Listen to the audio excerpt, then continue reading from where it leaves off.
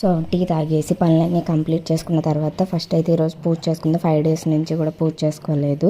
So పూజ అయితే complete అయిపోయింది. 7:30 లోపే అయిపోయింది అనమాట. ఇప్పుడు మా వాడికి 8 కల్లా బాక్స్ ప్రిపేర్ చేసేయాలి. ఇవాళ అయితే ఇంకా 8 నుంచి 6 వరకు మా వాడైతే ఎర్లీగా రాడు. సో ఇంకా 10th క్లాస్ కాబట్టి ఇక్కడ నుంచి అయితే బిజీగా ఉంటాడు. ఇప్పటి వరకు అయితే ఫోన్లు చూస్తూ టైం వేస్ట్ అయితే చేశారు. ఇక్కడ నుంచి అయితే ఖాళీ ఉండదు.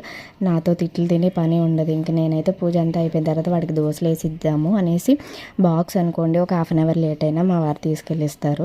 సో అది రెగ్యులర్గా కుదరదు. ఒక్కొక్కసారి తొందరగానే చేస్తాను. ఇంకా కొంచెం తొందరగా లేవాలి. కాకపోతే 5:30కి లేవడానికే కొంచెం బద్ధకంగా అనిపిస్తుంది. కొంచెం ఇంకా ఎర్లీగా లేస్తే మనకి తొందరగా పనులు అయితే టైంకి అయితే కంప్లీట్ అయిపోతాయి అనమాట.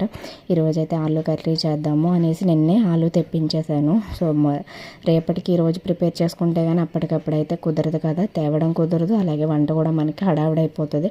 అందుకనే ముందుగానే ఆలు తెప్పించేసుకున్నాను అనమాట. ఈరోజైతే నేను తినకపోదాము అనుకుంటున్నాను. సో ఫాస్టింగ్ ఉందాము అనేసి మండే ఈవినింగ్ అయితే తొందరగా వస్తే శివాలయానికి వెళ్ళి వచ్చిన తర్వాత తిందాము అనేసి ఈరోజైతే ఉపవాసం అని అనుకుంటున్నాను. సో అంత మంచిగా జరగాలి. సో ఏ నీరసం ఏమీ రాకుండానే, నాకు నీరసం ఏమీ రాదు కానీ సో ఇంకా మా వాడికైతే టిఫిన్ వేసి ఇచ్చేసి వాడిని పంపించేసి